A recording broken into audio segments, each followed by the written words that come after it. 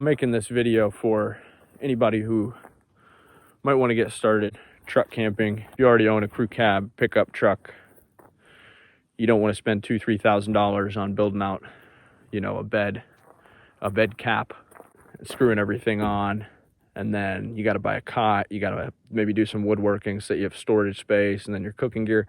That's a lot to get started. You really don't need all that. So I'm sure we've seen all those videos, and it's definitely really cool. Myself, I didn't really want to go shell out $2,000 or $3,000 just to get started truck camping, maybe a few nights a year. For right now, really all you need is about $100 a year, maybe even less.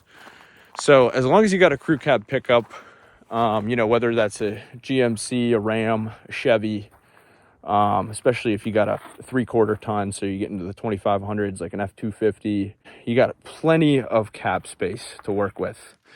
And if you know what you're doing, like I said, you don't even need to get a bed cap. So here are the steps of what I did. And for reference, I am 6 foot and I fit very easily. There's plenty of space for me. This is a 2018 F-150 Lariat EcoBoost. And so the seats might be a little bit different from the cloth seats and the XLTs. Maybe different, obviously, if you have a Chevy, a GMC. All you have to do is look up how to take out the passenger seat of your specific vehicle. And I'm sure there will be a video on it. It's a 15mm socket. So there were 6 of those.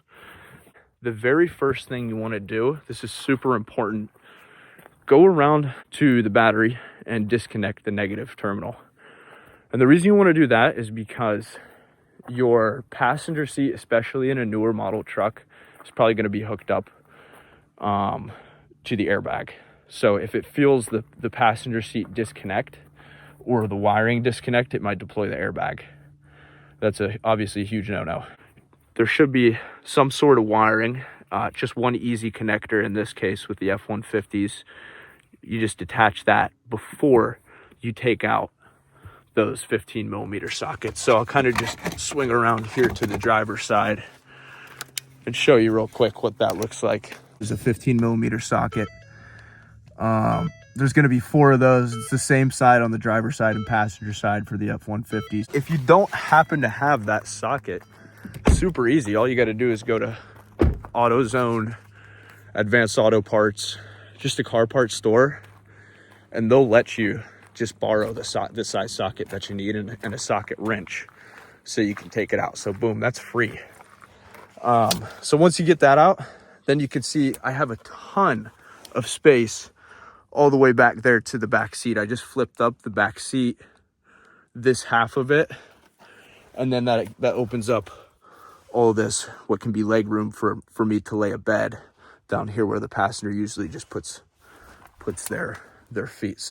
All right, so this is everything that you need basically to get started. I mean, like I said, it's less than $100 of stuff. You can see I got some freaking snow here.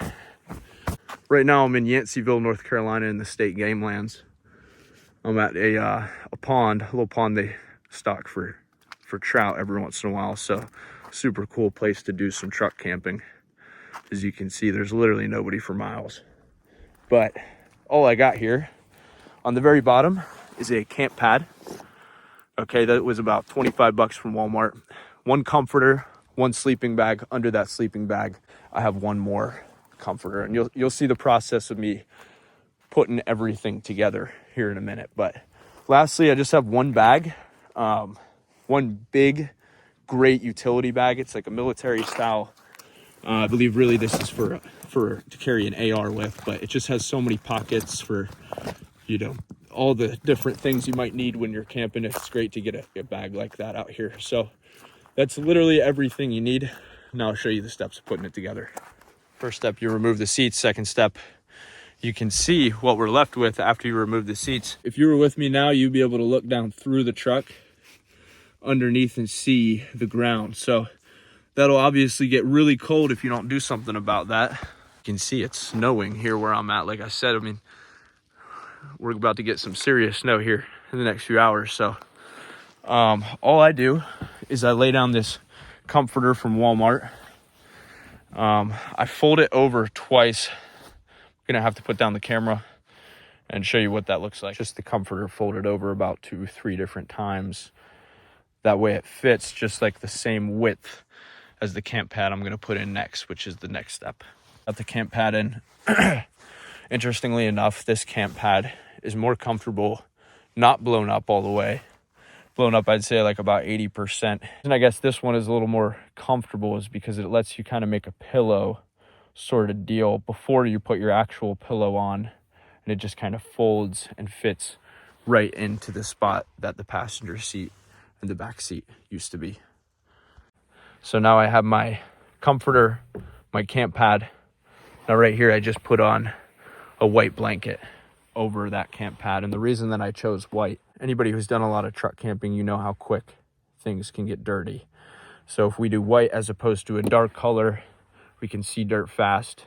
Brush it off real quick before we go to sleep. Sweet, so that's pretty much everything you need. Now I guess I'll kind of get in here and show you what it's like. You know, other than that, just a couple small accessories that you might want. Lucky for me, this truck has a 12 volt power source. Anything that runs off a 12 volts power off the front and the back here in this pickup, but you don't need that. I guess the reason I bring that up is that's helpful for if you have a hot plate, other luxuries while camping, like a computer or something to get some work done, charging your devices, all that good stuff.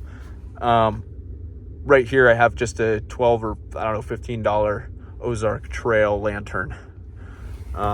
So dude, it's so cheap to get started.